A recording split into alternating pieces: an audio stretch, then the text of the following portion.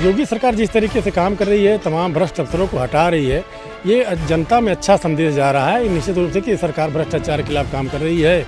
लेकिन सरकार को अन्य मुद्दों पर भी ध्यान देना चाहिए, जैसे कानून व्यवस्था है, सड़क है, बिजली है, इस पर भी ध्यान देना होगा।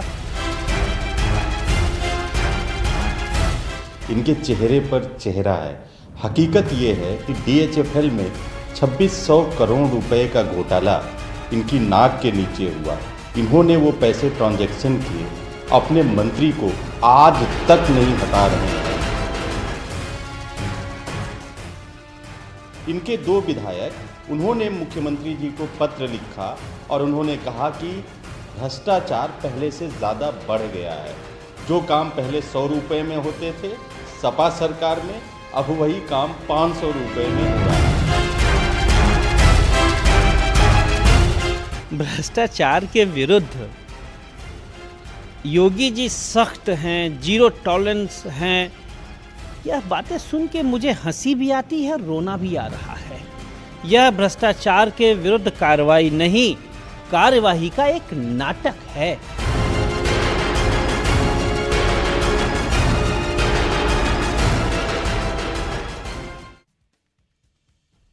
नमस्कार, स्वागत है आप सभी का इवनिंग एजेंडा में और आपके साथ मैं हूं प्रीति बिष्ट। तो भ्रष्टाचार पर योगी सरकार सख्त नजर आ रही है। अब तक 600 से ज्यादा ऐसे अधिकारी और कर्मचारी हैं जिन पर गाज गिर चुकी है। इनमें IAS अधिकारी भी शामिल हैं, PCS अधिकारी भी शामिल है और कई बड़े विभागों के कर्मचारी भी शामिल हैं, यानी कि कोई भेदभाव नहीं किया गया है। वहीं 5 IAS अधिकारियों को जबरदस्ती रिटायरमेंट दिया जा चुका है और नोएडा प्लाट आवंटन मामले में जेल जा चुके IAS राजीव कुमार को नोटिस भेजा जा चुका है। तो फिर सवाल यह है कि क्या यूपी में अब भ्रष्ट अधिकारी सुधरेंगे, क्योंकि यही होता है, नौकरशाही से ही भ्रष्टाचार शुरू होता है। तो आज के जो इवनिंग एजेंडा के हमारे सवाल हैं वो ये है कि भ्रष्टाचार पर वार से हालात बदलेंगे, यानी जो भ्रष्ट अधिकारी हैं अब भ्रष्टाचार करने से डरेंगे। और दूसरा सवाल, कार्रवाई से क्या अधिकारी सुधरेंगे। और तीसरा सवाल, भ्रष्टाचार पर आखिर सियासत जारी क्यों है। जो एक और सवाल है आज का हमारा आखिरी सवाल, कि भ्रष्टाचार के खिलाफ आखिर सब एक साथ क्यों नहीं आते हैं। तो कहीं कोई अगर कार्रवाई होती तो बजाय इसके कि उसमें राजनीति हो, उसमें सियासत एक साथ क्यों नहीं आती है और यहां पर भी अपना अपना नफा नुकसान क्यों देखा जाता है। तो अगर भ्रष्टाचार पर वार हो रहा है तो क्यों नहीं हर दल यहां पर एक हो जाता है। इसी पर चर्चा करेंगे और जो खास मेहमान हमारे साथ जुड़े हुए हैं, दिलीप श्रीवास्तव है, प्रवक्ता भारतीय जनता पार्टी के, और जगदीश शर्मा जी हमारे साथ कांग्रेस से जुड़े हैं, राजेश राय पूर्व IPS अधिकारी हैं, डॉक्टर ST हसन नेता है समाजवादी पार्टी के। तो आप सभी मेहमानों का बहुत बहुत स्वागत है। आज हसन साहब आपके पास ही आती, क्योंकि इससे पहले आपकी ही सरकार थी और बहुत सारे आरोप लगे भ्रष्टाचार के। तो अब क्या वाकई में एक मैसेज दिया जा रहा है, जिस तरह से IAS लेवल तक के अधिकारियों को बख्शा नहीं जा रहा?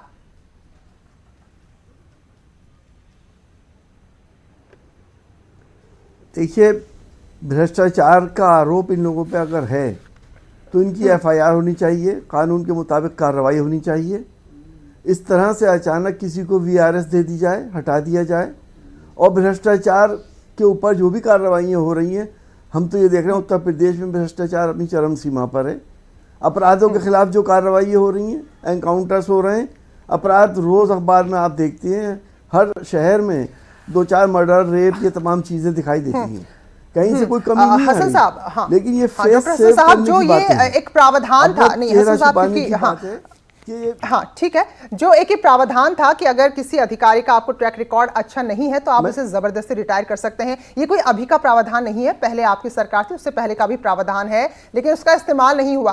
तो अब ये कदम सरकार उठा सकती है, सरकार के अधिकार क्षेत्र में है। जो IAS अधिकारी राजीव को लेकर कदम उठाए गए, ये तो नहीं कहेंगे कि बड़े पाक साफ थे, जेल भी जा चुके हैं। तो इस बात को मानिए कि अब हाँ वाकई में कार्रवाई हो रही है। क्या इतना मानने में कोई गुरेज है क्या? देखिए, अगर कोई अधिकारी भ्रष्टाचार कर रहा है उसके खिलाफ कानूनी कार्रवाई भी होनी चाहिए। ये तो आपने रिटायरमेंट देके उसको सिर्फ पैसे दे दिया कि चले जाओ। और क्या वो अधिकारी वाकई भ्रष्ट है? क्या वो अधिकारी आपकी बात नहीं मान रहा है या आपके एजेंडे को आगे नहीं बढ़ा रहा है, तो उन्हें VRS नहीं दिया जा रहा है? बहुत से ऐसे सवाल हैं जो जनता के मन में हैं। भ्रष्टाचार पे अगर ईमानदारी से प्रहार किया जाए तो हम सब लोग उनके साथ हैं। भ्रष्टाचार कोई नहीं चाहता कि भ्रष्टाचार बढ़े, लेकिन ज़मीनी हकीकतें आपको और हमें सबको मालूम है कि भ्रष्टाचार इस वक्त किस जगह पर है। देखिए हसन साहब की इस क्या की रिपोर्ट आए और वो बताए कि भाई 97,000 करोड़ का घोटाला हो गया, इतने सारे पैसे की बंदर बांट हुई है, तो कार्रवाई हो रही है, तो ये देखना चाहिए। और बाकी ठीक है, विपक्ष में आप सवाल उठाइए। जगदीश जी आप भी जरा बताइए, हालांकि अभी यूपी में बहुत ज्यादा जनता आपकी बातों पर विश्वास करती हुई नजर नहीं आ रही है, लेकिन आपकी पार्टी कह रही है कि भाई भ्रष्टाचार कम नहीं हुआ है, उसके रेट बढ़ गए हैं, यानी कि जो काम 100 रुपए में होता था वो 500 रुपए में हो रहा है। तो फिर कार्रवाई जो हो रही है, जो भ्रष्टाचार की बात वो लोग कर रहे हैं जो भ्रष्टाचार में डूबे हुए हैं, दिल्ली से लेके यूपी तक पूरा देश देख रहा है महाराष्ट्र में कितना भ्रष्टाचार हो रहा है। ये सिर्फ बेरोजगारी की बात करते हैं, जो किसी तरह मेहनत से जो अफसर की बात नहीं मानता, जो नौकरी कर रहा है ईमानदारी से, उसको ये हटाने का तरीका कि भ्रष्टाचार में लिप्त है। तो ये सही मायने में जो योगी साहब कर रहे हैं वो उनके बस की बात नहीं है। वो एक महात्मा है, धर्मात्मा है, उनको धर्म की बात करनी चाहिए। अब हमने नेता बना दिया तो ऐसे ही काम करेंगे। भ्रष्टाचार ये तो बताइए ये जरा, पूरी सरकार डूबी हुई है ऊपर से नीचे तक। पूरे देश में है क्या, पूरे महाराष्ट्र में भ्रष्टाचार बढ़ा हुआ है, यूपी में भ्रष्टाचार। हम ये नहीं कह रहे, नहीं सुनिए, हम ये नहीं कह रहे कि 100% बड़ा अच्छा काम करे, लेकिन जहां पर अच्छा वहां तारीफ तो कर दीजिए। IAS राजीव कुमार जिनको लेकर अभी बिल्कुल लेटेस्ट कार्रवाई हुई है, तो आपको नहीं लग रहा है कि जिससे डरा करते थे पहले यहाँ पर नौकरशाही, क्योंकि हम सब जानते हैं सियासत में दिमाग नौकरशाही का ही होता है, लेकिन अब किसी को बख्शा नहीं जा रहा है। नहीं मैडम, ऐसा गलत बात कर रहे हैं आप। ये तो बेरोजगारी बढ़ा रहे हैं, नौकरी दे नहीं सकते हैं, बेरोजगारी बढ़ा रहे हैं। जो इनकी तरह से इनके कहने में काम करे वो बहुत अच्छा आदमी है, उसको तो आगे बढ़ाया जा रहा है। पूरा देश आज पूरा देश देख रहा है, उत्तर प्रदेश में पूरा देश देख रहा है, पूरे देश में चलता है कि भ्रष्टाचारी कौन है और ये लोग क्या कर रहे हैं, सिर्फ दिखावा कर रहे हैं, छल कर रहे हैं, कपट कर रहे हैं। तो मैं नहीं समझता कि भ्रष्टाचार खत्म हो रहा है। अब तो पूरा देश कहने लगा है कि भ्रष्टाचारी सरकार आ गई, दिल्ली में भी और यूपी में भी।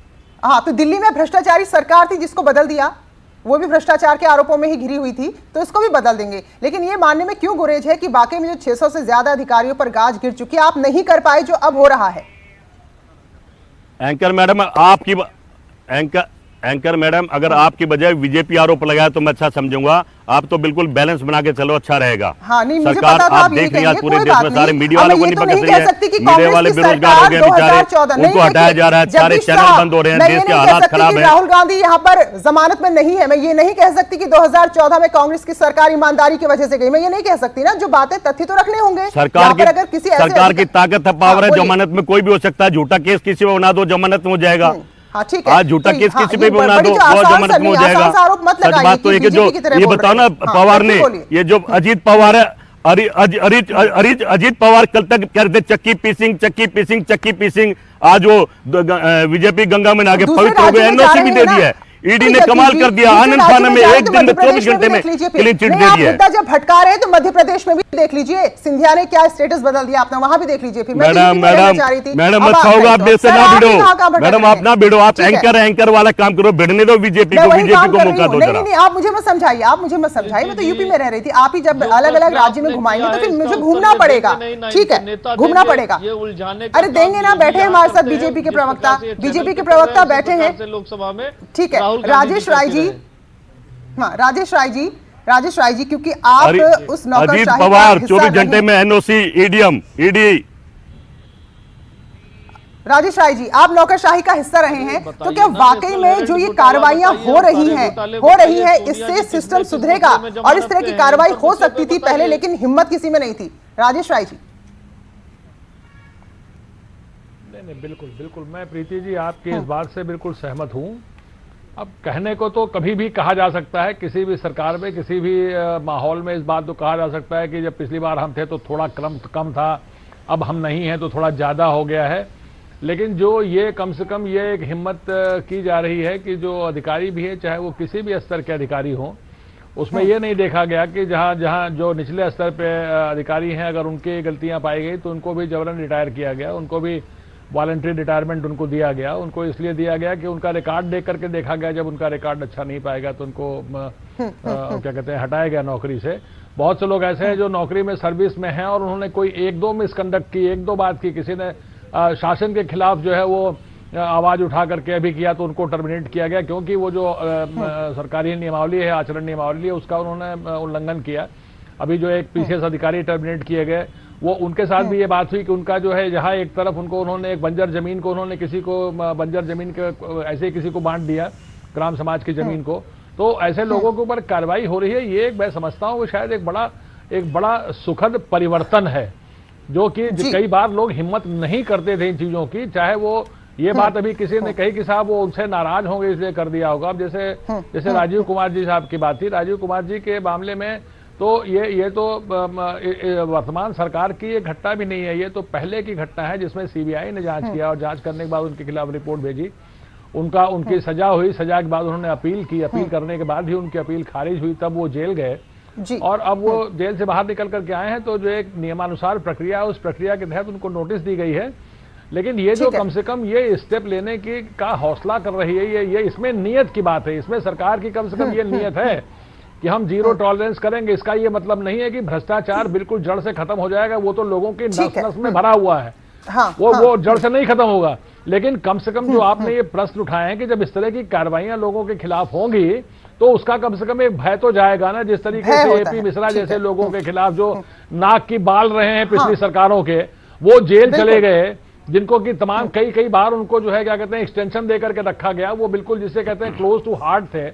जब ऐसे लोगों के खिलाफ भी जब कार्रवाई होगी तो लोगों में भय तो उत्पन्न होगा ना कि नहीं ये भी संभव है, ये हो सकता है। जो चीज असंभव लगती थी, जो ये लगता था कि जो आईएएस अधिकारी है उसके खिलाफ कार्रवाई हो ही नहीं सकती है, पीसीएस के खिलाफ कार्रवाई हो ही नहीं सकती है, तो हो रही है। तो उसका जो है लोगों में भय भी जाएगा, लोगों में सुधार भी आएगा। और मैं समझता हूँ कि बहुत अच्छा मैसेज है। इसको सियासत से हट करके ये नहीं कहना चाहिए कि नहीं हमारे वक्त से ज्यादा हो गया है, ज्यादा हो गया तब भी कार्रवाई तो हो रही है कम से कम ना, लोगों में भय। बिल्कुल, क्योंकि ये हम देखते थे जो खासतौर पर आईएएस लेवल के अधिकारी हैं या आईपीएस लेवल के अधिकारी, जो ऊपरी स्तर के अधिकारी, पीसीएस लेवल के भी अधिकारी हैं, तो एक माना जाता था कि भाई जिसकी सरकार होगी उन्हें हमारे दिमाग की जरूरत होगी, इसलिए हम हर सरकार में एडजस्ट हो जाते हैं और हमारे खिलाफ कोई कार्रवाई नहीं हो सकती। लेकिन कम से कम ये भ्रम यहाँ पर टूटा है।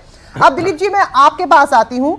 डीएचएफएल घोटाला, होमगार्ड घोटाला, एक्सप्रेसवे घोटाला, एलडीए घोटाला, स्टाम्प घोटाला, पंचायतों में घोटाला, मिड डे मील घोटाला, ये घोटालों की फेहरिस्त है। अजय कुमार लल्लू कांग्रेस के प्रदेश अध्यक्ष हैं, उन्होंने ट्वीट किया है और कह रहे हैं कि क्या यूपी सरकार भ्रष्टाचार में मेडल लेकर ही मानेगी? बताइए जरा क्या गलत है इन आरोपों में? प्रीति जी बहुत बढ़िया, लल्लू इन्होंने कांग्रेस के प्रदेश अध्यक्ष जी ने प्रश्न किया और बहुत अच्छा प्रश्न किया। इनको तो प्रश्न करना चाहिए अपने साथ जिनके साथ इन्होंने गठबंधन किया था और गठबंधन करके जिनके साथ चुनाव लड़ा था और खाट आंदोलन भी खड़ा किया था। इनको प्रश्न करना चाहिए था, उस समय इनको प्रश्न करना लाजमी है।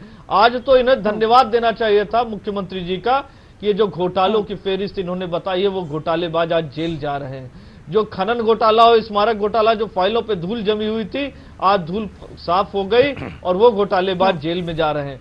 राजीव कुमार ने जो घोटाला किया या एपी मिश्रा ने जो घोटाला किया, ये किसके शासन में था, ये तो उन्हें बताना चाहिए। और अगर उनको ज्ञानार्जन ना हो तो आप जैसे विद्वान चैनल के पत्रकारों से उन्हें सलाह लेनी चाहिए।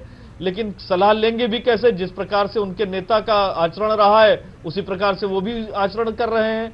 उनको स्पष्ट रूप से ये जानना चाहिए उत्तर प्रदेश के जनधन को लूटने वाले सपा और बसपा की सरकारों में जो घोटाले हुए, आज वो घोटालेबाज जेल में जा रहे हैं, कोई बख्शा नहीं जा रहा। और हिंदुस्तान का पहला ऐसा राज्य है जहां भ्रष्टाचार पे जीरो टॉलरेंस की नीति चल रही है और ऑपरेशन क्लीन चल रहा है। और कम समय में 2 वर्ष के शासन में, लगभग 2 वर्ष के शासन में 600 से ज्यादा अधिकारियों पे कार्रवाई की गई।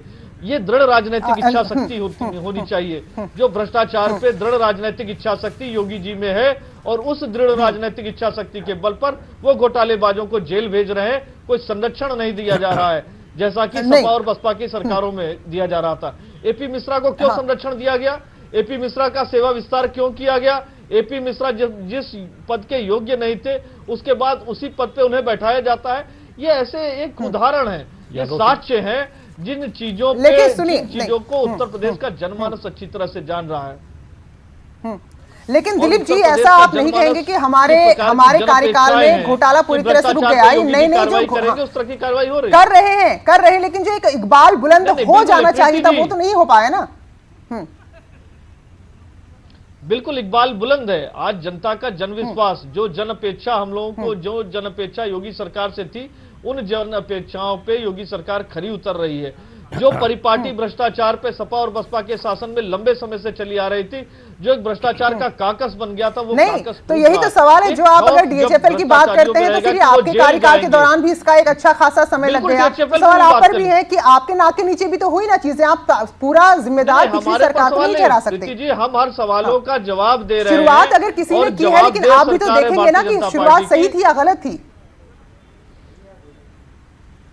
नहीं, शुरुआत जिन्होंने भी की हो, लेकिन अगर वो भ्रष्टाचार में कहीं पे भी लिप्त है, वो पकड़े जा रहे हैं कि नहीं जा रहे हैं? वो घोटालेबाज, उनको कोई संरक्षण देने का काम किया जा रहा है? आप बताइए, एपी मिश्रा हो, गायत्री प्रजापति हो, या लंबे समय से एनएचआरएम घोटाले। मैडम मुझे चांस दो थोड़ा जवाब देने का। मैडम, सभी लोगों को जब सपा और बसपा की सरकारें रही और जिन प्रकार से कांग्रेस के लोग आज बोल रहे हैं, खाट आंदोलन इन्होंने खड़ा किया और खाट आंदोलन को खाट इन्होंने खड़ी करा के वापस चले गए उसी समाजवादी पार्टी की सरकार में, उसी गोद में चले गए। आपको याद होगा उत्तर लखनऊ की सड़कों पे दो नौजवान घूमते हैं और तार और सारी चीजों की बात आती है, ये वो उसी तरफ इशारा था समाजवादी पार्टी की सरकार में। इनको तो स्वागत करना चाहिए। मैडम मुझे मौका दो जवाब का। लेकिन दिलीप जी दिलीप जी देखिए, आधा से ज्यादा कार्यकाल आप पूरा कर चुके हैं। नहीं दिलीप जी देखिए, ये भी है, आधे से ज्यादा कार्यकाल आपकी सरकार पूरा कर चुकी है। अगर अभी आप पिछली सरकारों को लेकर ही इस तरह से बातें करते रहेंगे तो फिर जनता भी सोचेगी कि बदलाव तो इसीलिए किया था ना कि वो सरकार की कार्यप्रणाली नहीं चाहिए थी। परिपाटी बनी थी उत्तर प्रदेश में, वो परिपाटी आज खत्म हुई है। वो काकस तोड़ने का खत्म नहीं हुई है, लेकिन शुरुआत आपकी बहुत देर से रही। हसन साहब, ऐसे भ्रष्टाचारी जिनका बहुत बड़ा काकस बना हुआ था, वो भ्रष्टाचारी। ठीक है, अब हसन साहब कुछ कहना चाह रहे हैं। मैडम उन लोगों को टारगेट किया जा रहा है। मैडम मुझे बोलने दो। सुनिए दिलीप जी, सुनिए अब, दिलीप जी सुनिए अब। हाँ हसन साहब बोलिए। देखिए प्रीति जी, अभी आपने दिलीप जी की बात सुनी, ये सापा के शासनकाल को भी कह रहे हैं। अभी आपने तकरीबन आधा दर्जन घोटालों के नाम लिए, लेकिन हमारे नेता अखिलेश यादव जी के दामन पे खनन घोटाला, स्मारक घोटाला, ये किसके शासन में था और क्यों आप नहीं? हसन साहब की रिपोर्ट देख लेते हैं आपने। हसन साहब इतना बड़ा झूठ मत बोलिए हसन साहब। ठीक है, बचाइए अपनी पिछली सरकार के जो भी नेता थे, लेकिन इतना साफ नहीं कि एक भी छींटे नहीं पड़े दामन में, ये थोड़ा ज्यादा हो गया। बोलिए। पूरा दामन दागदार रहा है। ठीक है हसन साहब बोलिए, फिर मैं जगदीश जी के पास जा रही हूँ। पूरे 5 साल में बता दिए कोई घोटाला, पूरा दामन दागदार रहा। गायत्री प्रजापति के लिए सुप्रीम कोर्ट से आदेश होता है। इसके बाद आप ये बताइए, एपी मिश्रा कौन थे? एपी मिश्रा पे क्यों नहीं कार्रवाई उस समय की गई और क्यों आपने इतना बड़ा घोटाला होने दिया? एक मिनट दिलीप जी घोटाले तो आप करते गए, पकड़े तो योगी सरकार के। हसन साहब, जब कैग की रिपोर्ट कहती है कि 97,000 करोड़ का क्या हुआ हमें नहीं पता, ना बीजेपी कहती ना कांग्रेस कहती, कोई पार्टी नहीं कहती है, और आप एकदम से क्लीन चिट दे जाएं तो ये तो यहाँ पर ज्यादती है ना। और इसके अलावा गायत्री प्रजापति को एंड तक आप बचाते रहे जब तक आपकी सरकार नहीं चलेगी, और उसके अलावा भी फेरिस्त बहुत सारी लंबी है। ठीक है जगदीश जी बोलिए। जगदीश जी, मैडम आज पूरे देश में नंगा नाच हो रहा है। मैडम आज पूरे देश में नंगा नाच हो रहा है। लोग कहते हैं घोटाला, भ्रष्टाचार, अत्याचार, बलात्कार पूरा पूरे देश में बढ़ रहा है। उत्तर प्रदेश में तो बढ़ ही रहा है, पूरे देश में बढ़ रहा है। वो अब सब टारगेट, यूपी आता हूँ। ओके यूपी वो अब सब टारगेट, वो ओके मैडम मैं यूपी पे आता हूँ। मैडम यूपी पे आता हूँ। वो अब सब टारगेट हो रहे हैं जो इस सरकार के कंट्रोल में नहीं है, जो कभी दूसरी सरकार के साथ रहे हैं। टारगेट करा जा रहा है पूरे देश में। कहीं नहीं हो रहे घोटाले को बनाया जा रहा है। ये अपनी बात नहीं करेंगे, ये बात नहीं करेंगे। उत्तर प्रदेश के मुख्यमंत्री ने बलात्कार करा मेरे के साथ, ये बात कोई नहीं करेंगे। ये तो राम राज समझ रहे देश में। सच बात तो है कि यूपी की, आप कह रहे हैं कि घोटाले बनाए जा रहे हैं, आप तो यूपी की जनता, ये यूपी की जनता ट्राई कर रही है। पूरे देश में अत्याचार हो रहा है। यूपी जनता को मौका दो, ईमानदार से चुनाव का बेस्ट। मैडम कांग्रेस तो कभी यूपी में रही नहीं, वो कहां से घोटाले करेगी? जो लोग जिनके साथ रहे उनको टारगेट करा जा रहा है। मैं समझता हूं सरकार पूरी तरह से फेल हो गई है, विफल हो गई है हर चीज में। अब देश की जनता, यूपी की जनता चाहती है कि बदलाव हो, इन लोगों को बाहर का रास्ता दिखाए। जो महात्मा थे वो नेता बना दिया, उनका काम नेतागिरी नहीं था। सच बात तो यह है कि ये लोग बुखला गए, इनका घोटाला जन चर्चा हर मानस में बातचीत हो रही है। ये सब झूठे मुकदमे बनाना चाहते हैं। ये बेरोजगार, राहुल गांधी तक की सीट नहीं बचा पाए आप, तो आप किस बिना पर कह रहे हैं कि यूपी की जनता जो है बीजेपी से ज्यादा कांग्रेस पर भरोसा करती है? जगदीश जी जरा बताइए, अगर आप बीजेपी को हटाना चाहते हैं बिल्कुल अच्छी बात है, यही तो लोकतंत्र है, लेकिन जनता के मन में अभी ये चीज तय नहीं हुई है। राहुल गांधी अपनी सीट गंवा बैठे यहां।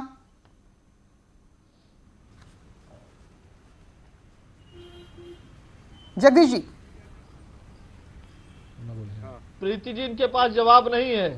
जी, मैंने आपका सवाल सुना नहीं। आपके पास इनके जी, पास जवाब जगदीश जी, होता आप कह रहे हैं तो कि यूपी की वरिष्ठ जनता ने नेताओं को बदलाव का मन बना लिया है, बताते लेकिन नहीं। 19 में वो जनता का मन कुछ इस तरह से क्या दिखा कि राहुल गांधी तक की सीट चली गई? मैडम, वो ईवीएम मशीन में बार बार चिल्लाता रहा, धरने प्रदर्शन करता रहा। आज चलिए, ईवीएम अरे मशीन बस हटा फिर दो तो तो पता मेरे लग सारे जाएगा प्रश्न मोदी ही खत्म सरकार कहां ठीक खड़ी है। है और योगी ठीक है, सरकार कहां बस खड़ी फिर है। तो हाँ। सिर्फ ईवीएम का खेल है। हमें ठीक है, पहले पता था कि राहुल गांधी को हराया जा रहा है, पहले पता था राहुल गांधी को हराया जा रहा है। इनके नेता बोल रहे थे, स्मृति ईरानी बोल रही थी वो भगवान होगी, उसको क्या पता कि राहुल गांधी हार जाएंगे।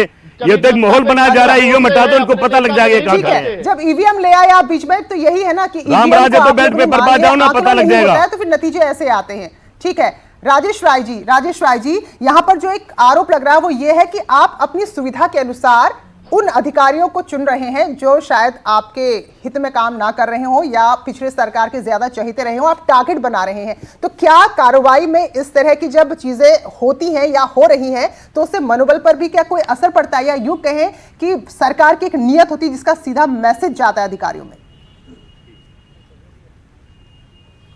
नहीं प्रीति जी, देखिए एक बात तो ये बिल्कुल स्पष्ट है कि अगर केवल राजनीतिक दृष्टिकोण से कार्रवाई होगी कि ये हमारा था, ये उनका था, ये हमारा था, ये उनका था, और इसके आधार पर अगर कार्रवाई होगी तो मनोबल पर असर पड़ेगा।